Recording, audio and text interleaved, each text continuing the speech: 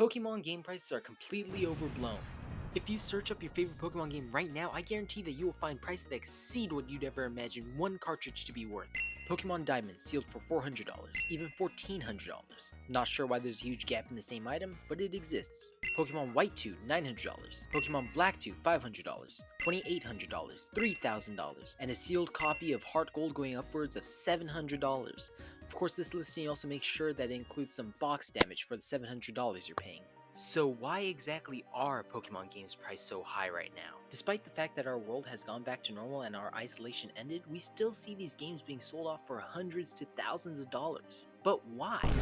If you're someone that's well versed in the Pokemon space or the resale space, you most likely know that Pokemon has significantly been rising as an outlet for resale. Even if you aren't ingrained into the community, there's a good chance you or your parents know the rising value of second-hand Pokemon products. Trading cards have skyrocketed in value during the A rare Pokemon card was sold for almost $400,000 earlier this year. Another went for $360,000. Although people may instantly set their eyes on a specific person for all this increase in value, I honestly think his contributions weren't as detrimental in the long run as we often make it out to be. Take Legos for example. Some celebrity could give it a little nudge and let people know that the Cloud City Boba Fett is worth more than $7 grand, but in the long run it doesn't matter because that Boba Fett will always be increasing in value. All Legos will increase in value over time as Pokemon cards and games have and will continue to do. Going back to that Charizard card, we've always known it's been rare and collectible. And here's all the recent listings that have sold for a first edition PSA 10 Charizard.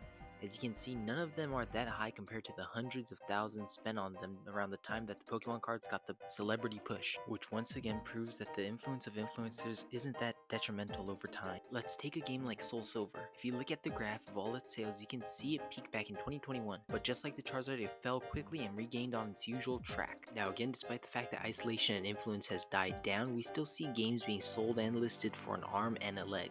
So here are my 3 main reasons for the prices of Pokemon games still being out of control. Nintendo's odd business practices, nostalgia, and lastly the recent 3DS service shutdown.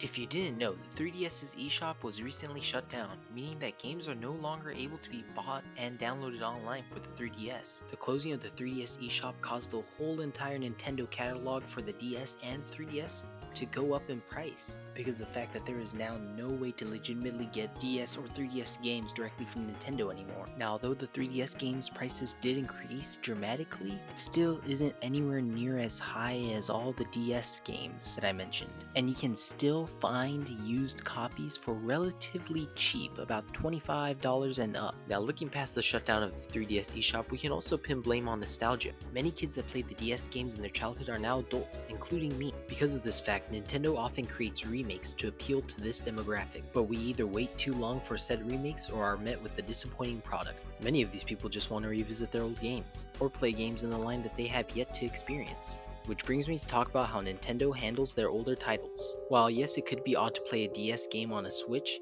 it is more than entirely possible. Not only is the Switch equipped with a touchscreen, but it could also be positioned to be vertical as opposed to horizontal when the Joy-Cons are disconnected. Yes, no matter what, we need Joy-Cons to play the DS ports, so this might not be entirely feasible. Porting the games to Switch would not be too much of a headache for Nintendo at all. If any, jailbreakers and modders have already proven that playing DS games on Switch is very easy with Melon DS, so I doubt Nintendo is held back by technological limitation. We can create a long list of reasons why Nintendo should port their games onto the Switch, but at the end of the day it won't matter because Nintendo has not yet released a single DS game in the 6-year run the Switch has gone on, and I doubt that that'll change in the nearby future. So what should you do? As a buyer, you have 4 options. You can do nothing, you can buy now, you can hold off and wait till they possibly go down in value, or you can do as I do and pirate.